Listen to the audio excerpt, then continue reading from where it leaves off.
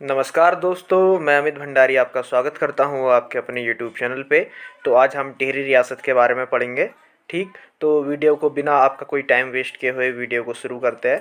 तो टिहरी रियासत 1815 से 1949 तक थी, मतलब 1949। तो शुरू करते हैं इसके बारे में। जी दोस्तों, आप लोगों से एक बात कहना चाहूँगा मैं। अगर आप लोग ये वीडियो देख रहे हो तो पूरी अंत तक, लास्ट तक देखना।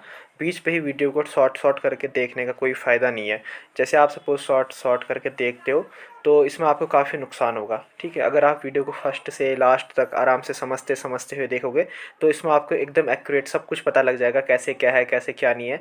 और यही आप लोग का एक रीज़न भी रहता है कि जब आप लोग कुछ पढ़ते होंगे तो उस पढ़े हुए को 1 महीने बाद या 1 हफ्ते बाद, 2 हफ्ते बाद भूलने लग जाते होंगे। ये क्यों होता है पता है? क्योंकि उस चीज़ को आप एकदम जड़ से नहीं पकड़ते हो।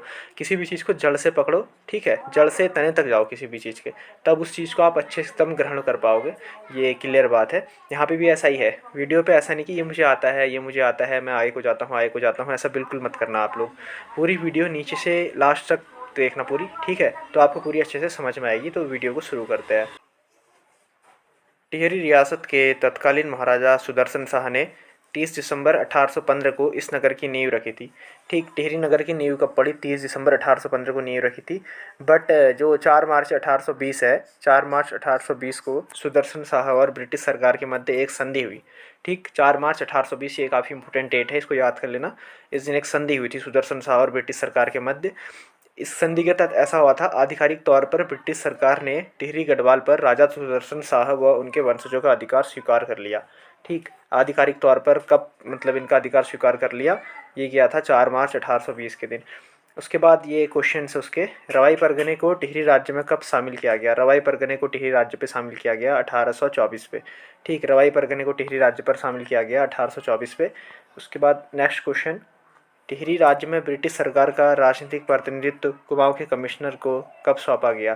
तो ये सौंपा गया था आपका 26 दिसंबर 1842 के दिन। आप लोग ऐसा करो, इसको नोट्स भी करते रह जाओ, है कि नहीं?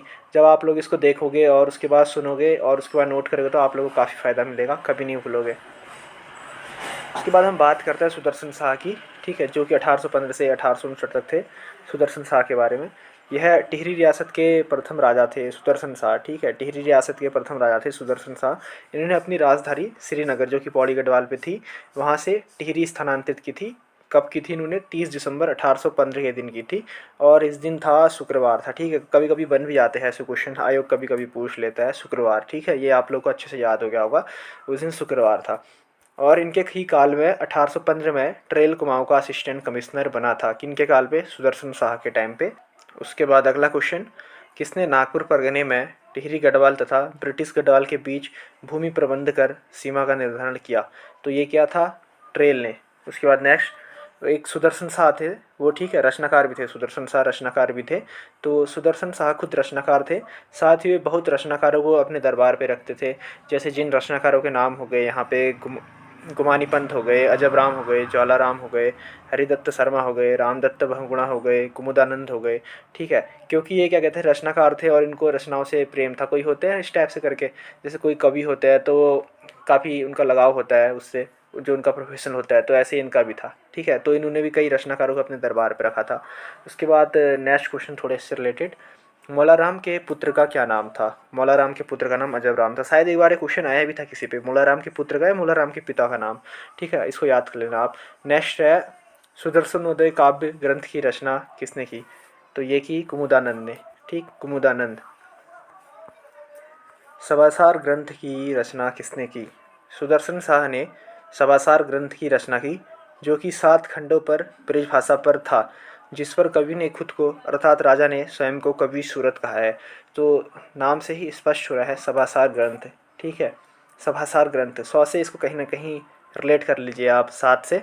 ठीक है, ये यहाँ पे क्वेश्चन ये भी बन सकता है कि ये किस भाषा पे था? ये था आपका ब्रिज भाषा पे था, ब्रिज भाषा पे था, जिस पर कवि ने खुद को, अर्थात राजा ने स्वयं को कवि सूरत कहा है। ठीक, ये हो गया। उसके बाद अगले राजा थे भवानी शाह। ठीक है, भवानी शाह, ये थे 1859 से 1871 तक। भवानी शाह के बारे में देख लो, भवानी शाह ने क्या क्या कार्य किए। भवानी शाह ने 1860 में विल्सन नामक एक व्यक्ति को वनों का ठेका दे दिया। ठीक है, 1860 में विल्सन को। ये क्वेश्चन उसके बाद नेक्स्ट 1861 में रैमजे ने 12 आना बीसी की भी व्यवस्था की थी। यहाँ पे क्वेश्चन बन सकता है कि रैमजे ने किसके कार्यकाल में 12 आना बीसी की व्यवस्था की। तो ये की थी किसके काल पे, इनके काल पे। क्या नाम है इनका, भवानी शाह। ठीक है, आप लोग ऐसा करो ना, अगर आपको सबका कार्यकाल याद होगा, जैसे भवानी शाह का इतने से इतना, सुदर्शन शाह का इतने से इतना, उनका इतने से इतना, मतलब सबका याद होगा, तो आप लोग मतलब कोई भी इनमें सन वाले क्वेश्चन आते होंगे आप खुद ही कैच कर लोगे कि हाँ ये इनके टाइम पे हुआ था, इनका ये, तो खुद एनालाइज करके अच्छे से मतलब क्वेश्चन समझ सकते हो आप लोग। ठीक है, तो सबके कार्यकाल जितना भी था ये सब याद कर लेना आप। उसके बाद नेक्स्ट क्वेश्चन, किसके काल में देवप्रयाग में एक संस्कृत पाठशाला का निर्माण हुआ। तो ये हुआ था भवानी शाह के काल पे, वो हुआ था 1862 पर। ठीक, 1862 पे, 1862 पे। उसके बाद नेक्स्ट क्वेश्चन की तरफ को चलते हैं। इनकी मृत्यु 1871 पे हो गई थी भवानी, ठीक है, इनकी भवानी शाह की। उसके बाद नेक्स्ट है प्रताप शाह। प्रताप शाह का ये था 1871 से 1886 तक। ठीक, प्रताप शाह के बारे में जान लेते हैं अब थोड़ा। आप लोग ऐसा करो इनको नोट भी करते रह जाओ, क्योंकि नोट करोगे तो काफ़ी फ़ायदा मिलेगा। प्रताप शाह एक ऐसे व्यक्ति थे जो मात्र 20 वर्ष की अवस्था में गद्दी पे बैठे थे। प्रताप शाह 20 वर्ष की अवस्था में गद्दी पे बैठे थे और इन्होंने 1873 में भू व्यवस्था करवाई, जिसे झूला पे मैस कहते हैं। ठीक, 1873 पे, इतना याद कर लो, इतना। ये वैसे सारा इम्पोर्टेंट ही है ये। ठीक, और तथा उन्होंने राजस्व की वसूली के लिए अपने राज्य को 22 पट्टियों में विभाजित किया। ये क्वेश्चन आ सकता है कि किसने राजस्व वसूली के लिए अपने राज्य को 22 पट्टियों में विभाजित किया। ठीक, प्रताप शाह ने किया था। और उन सब में 22 पट्टियों में विभाजित करके करदारों की नियुक्ति की।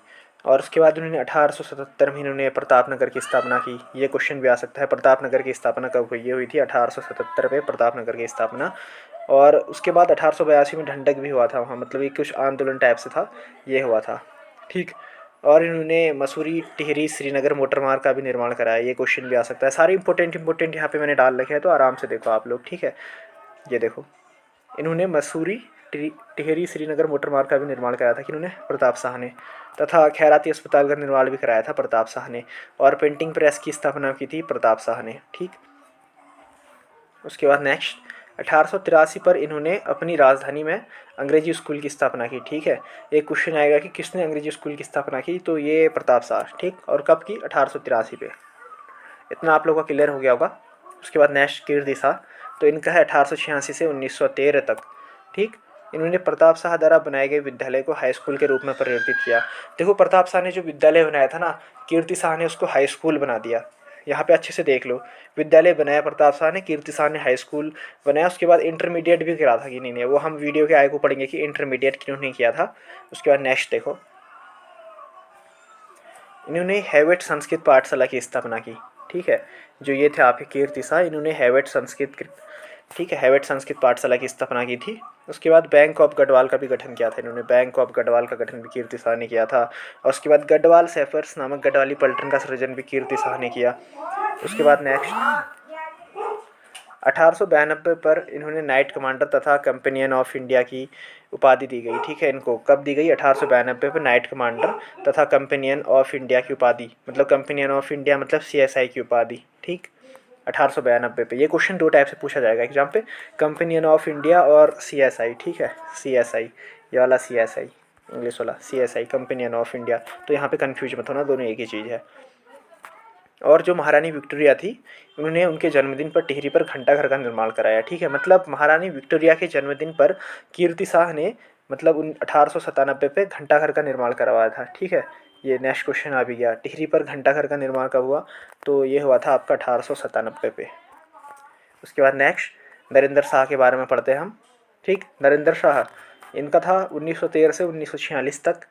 तो 15 वर्ष से भी कम की आयु पर यह गद्दी पे बैठे थे। इन्होंने नरेंद्र हिंदू लॉ को लागू करवाया, नरेंद्र हिंदू लॉ को लागू करवाया। एक चीज़ यहाँ पे इम्पोर्टेंट है, तो ये मत सोचना कि ये इम्पोर्टेंट नहीं है, ये नहीं है, वीडियो पे इसको देख लेते हैं, इसको नहीं देखते हैं। ऐसा करते हो आप लोग, मुझे पता है। ठीक है, तभी मैं आप लोगों को पहले ही मैं एक वार्निंग दे रहा हूँ इस पर कि ऐसा है करके।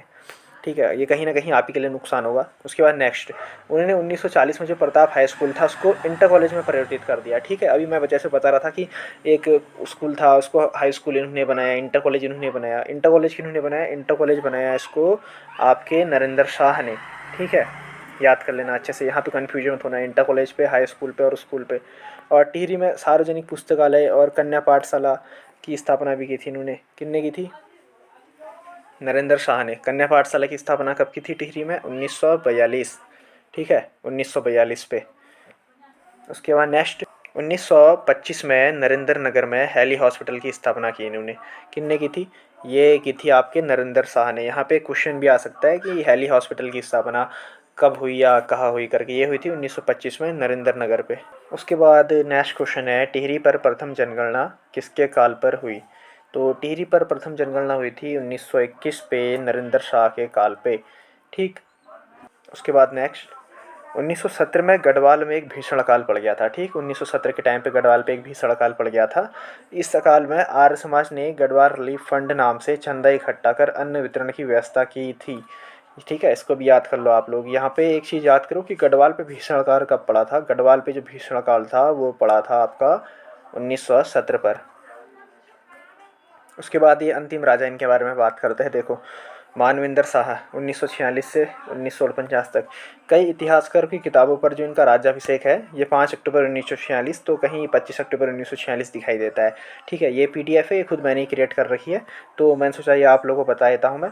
तो आप लोग एग्जाम्स पे मतलब दोनों ऑप्शन तो आ नहीं सकते। ठीक है, इन दोनों में से आपको जो एग्जाम पे दिखेगा उसमें क्लिक कराना। ठीक, कहीं 5 अक्टूबर माना है, कहीं 25 अक्टूबर मान रहा है, तो अब आप अपने अपने अकॉर्डिंग देख लेना वहाँ पे। ठीक, आप तो खुद ही जानते हो ना, किसी बुक्स पे कुछ लिखा होता है, किसी पे कुछ लिखा रहता है। एक ही मतलब जो फैक्ट होता है उसके कई सारे वो बने रहते हैं अलग अलग बुक्स पे।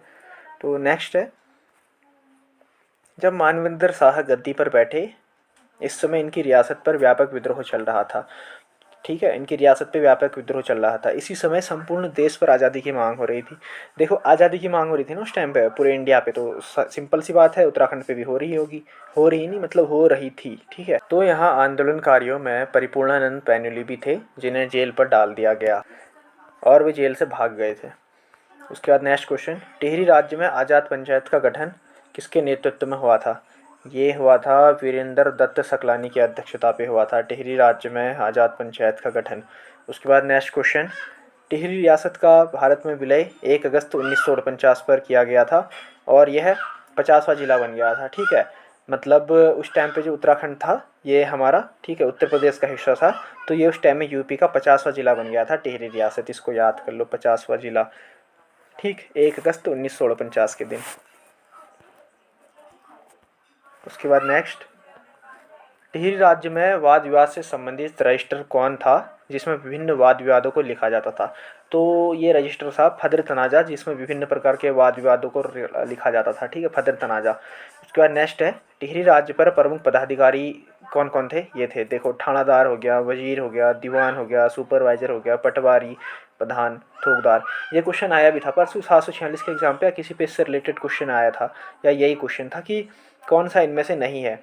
ठीक है, इनके दरबार पे, इनको भी याद कर लो आप, ये भी काफ़ी इंपॉर्टेंट है कि कौन कौन होते हैं दरबार पे, कौन कौन नहीं होते हैं दरबार पे ये। ठीक, स्क्रीनशॉट ले लो आप लोग।